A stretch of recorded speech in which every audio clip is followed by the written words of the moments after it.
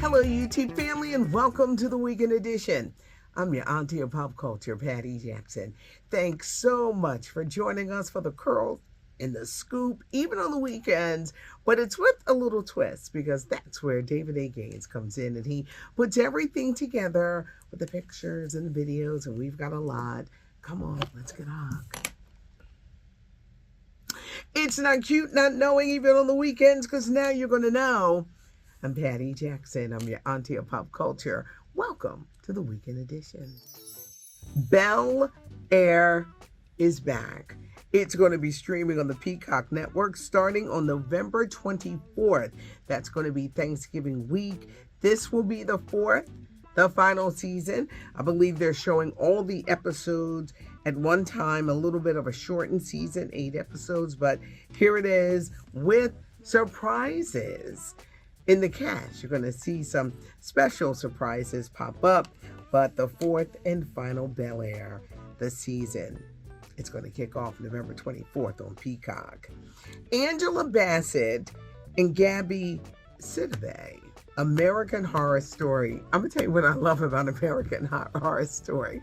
Ryan Murphy will scare the heck out of you, and this is going to be the 13th installment. You got 2 great actresses, and they're returning to the fold, as they say, with American Horror Story, and it's going to be a very scary season, but both actresses, both very busy, are coming back to the fold for season number 13.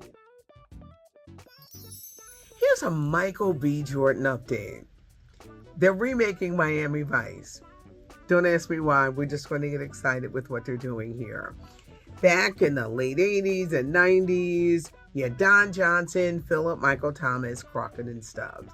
Well, Michael B. Jordan is definitely going to be starring in this updated version of Miami Vice. Now, who's going to be playing alongside him? Who's going to play Crockett, the Don Johnson role? I'm hearing Oscar-nominated actor Austin Butler. He's still got a sign on the table, but we will be seeing Michael B. Jordan in some of the future projects that Michael B. Jordan is going to be starring in are roles showing his daring and sexy side. That's all I can say, but Miami Vice is coming with Michael B. Jordan. Eddie Murphy. Being Eddie Murphy is going to start streaming on Netflix. I am a huge Eddie Murphy fan, and for the first time, this is being told in his words. This is Eddie's story. It's got a lot of his friends, famous friends with him, including Dave Chappelle, Jerry Seinfeld, Tracy Morgan, Kevin Hart, Chris Rock, Chris Tucker. I mean, the big heavyweights, and they talk about their love for Eddie Murphy and his comedy style. Eddie is opening up like he has never done before. This ain't somebody just doing a documentary on Eddie Murphy. No. He's telling it in his own words, and it is streaming on Netflix.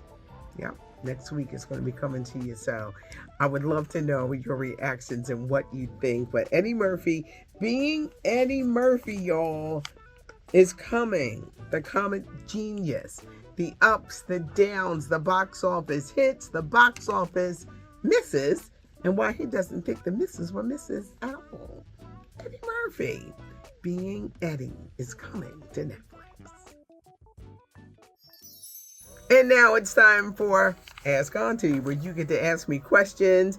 L. Brown, while I love me some Taraji, I'd like to know, where is Tika Sumpter? Once upon a time, she was all over the place and seemingly Tyler Perry's go-to chick. Well, it seems like Taraji is now the go-to girl for Tyler Perry. I don't know. Tika Sumpter has done some like amazing things and projects, but right now, Taraji just seems to be that girl. I interviewed Tika Sumpter years ago. Very, very nice. I know she's a mom. She's happily married, so she could be focusing on motherhood and marriage, but I'm sure we're going to be seeing Tika Sumpter again real soon. Powerful Chain 712. Patty, who are the judges who judge who should be in the Rock and Roll Hall of Fame. Hall & Oates, Patti LaBelle, I'm a Philly girl, should have been named years ago.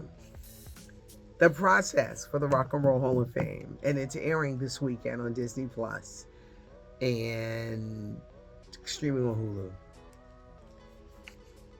You got to have somebody rooting for you. I do know that Nile Rodgers of Chic fame, the famed songwriter, is on the board. You need somebody who's going to champion. There's so many people that are not on it. Anita, Luther, Sade.